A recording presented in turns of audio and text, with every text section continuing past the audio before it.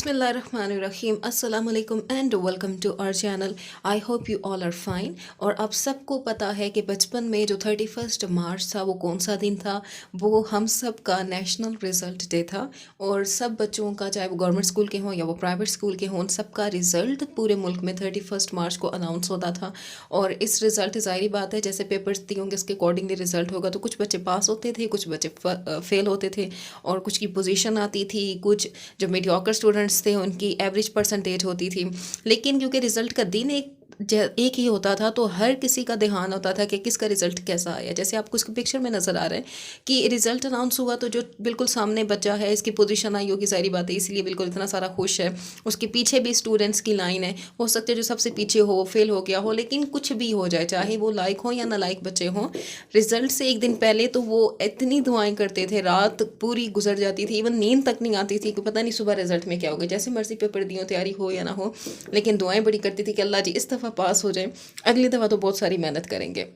उसके अलावा आप इस बच्चे को देखें, सुबह जब नाश्ते के लिए उठाते थे पेरेंट्स और नमाज और उसके बाद तैयार श्यार होने के बाद नाश्ते का तो किसी बच्चे का दिल ही नहीं करता था, इसलिए क्योंकि उन्हें पता था कि खाएंगे कैसे, फेल हो गए तो मार बड़ी पड़नी है।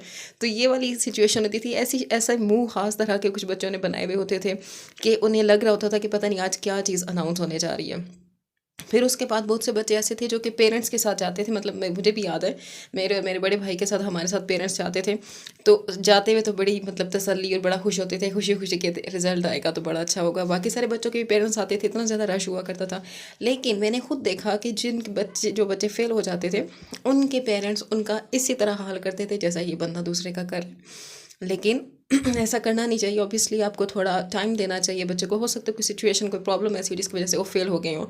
फिर उसके बाद कुछ बच्चे ऐसे भी होते हैं जो चीटिंग करके या जिन पे दूसरों को यकीन नहीं होता कि कभी पास हो गए, वो भी पास हो जाते हैं। और जब वो पास होते हैं तो ऐसा एटीट्यूड होता है उनका, ऐसे मुंह बना रहे होते हैं जैसे दुनिया पूरी फतह कर ली। जैसे ये बच्चा आपको नजर आ रहा है तो इसका देख के ऐसा ही लगता है इसने कोई बहुत ही निराला काम कर दिया। फिर उसके बाद नंबर आ जाता है रिलेटिव्स का, क्योंकि एक ही दिन होता है उनके बच्चों के रिजल्ट का भी और बाकी सारे बच्चों का भी। तो वो फिर पूछते हैं हमारे बच्चे ने तो इतने नंबर लिए, हमारे बच्चे ने तो ज़्यादा ले लिए, पोजीशन आ गई, ये हो गया वो हो गया। तो जिनके काम आते हैं उन बेचारों की फिर ऐसी नजर होती है, वो अंदर से उनको कोस रहे होते हैं और ऊपर से वो घुरियाँ डाल रहे होते हैं, लेकिन सिचुएशन उनकी बिल्कुल ऐसे ही होती है।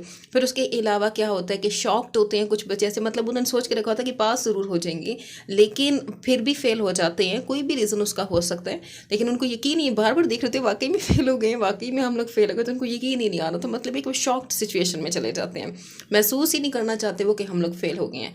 फिर उसके बाद आ जाती है खुशी वाली आवाम। ज़ाहिर बात है जो पास होते हैं उनके पेरेंट्स, उनके घर वाले गिफ्ट देते हैं। ख़ास तौर पे मिठाई का बहुत ट्रेंड था कि सारों के घरों से मिठाई आती भी थी, भेजते भी थे। हम लोग खुद जाते थे देने के लिए कि जी हम लोग पास हो गए हैं। खुद भी इतनी ज़्यादा मिठाइयाँ खाते थे तो बड़ा मज़ा आता था। मतलब मुझे लगता है कि 31 मार्च एक ख़ास तरह का इवेंट होता था स्टूडेंट्स के लिए ख़ास तौर पर। नेक्स्ट डे 1 अप्रैल को या 31 मार्च को ये सारे चले जाते थे पेरेंट्स के साथ, खासतौर पे अब्बू के साथ हम लोग जाते थे अपनी कॉपीज़ लेने के लिए, नई बुक्स लेने के लिए, बैग नया लेने के लिए और नया ज्योमेट्री बॉक्स लेना, नई पेन लेना, नई पेंसिल, ये सब सारी चीज़ें पूरी की पूरी शॉपिंग होती थी। और फिर उसके बाद नंबर आ जाता था शूज़ का, या तो सर्विस या बाटा। अच्छे अच्छे से शूज़ वहाँ से लेते थे, वही ख़ास तरह के जो स्टूडेंट स्टाइल शूज़ होते थे वो लेते थे। उसके साथ में गिफ्ट में आपको एक बॉल मिल जाती थी, आपको बैट मिल जाता था, या आपको एक छोटा सा पेन एज अ गिफ्ट मिलता था। सो ये सारी की सारी स्वीट मेमोरीज थी। And we all were not fashionable, हम लोग इतने ज़्यादा ट्रेंडी या इतने ज़्यादा अप टू डेटेड नहीं थे, लेकिन बहुत सी ऐसी चीज़ें थी हम लोग की लाइफ में जो कि अभी तक हम लोग को याद है तो हम उनको इंजॉय करते हैं। मतलब एक रिजल्ट का ही दिन है कि जिसमें हमारी अपनी परफॉर्मेंस ही अनाउंस होनी होती थी हम लोग के लिए, वो भी एक खुशी का, एक एक्साइटमेंट का इवेंट होता था। आई होप आपने इस वीडियो को देख के बहुत इन्जॉय किया होगा। वीडियो देखने के लिए बहुत ज़्यादा शुक्रिया। लेकिन आपने अगर अभी तक हमारा चैनल सब्सक्राइब नहीं किया तो आप इसको ज़रूर सब्सक्राइब करें।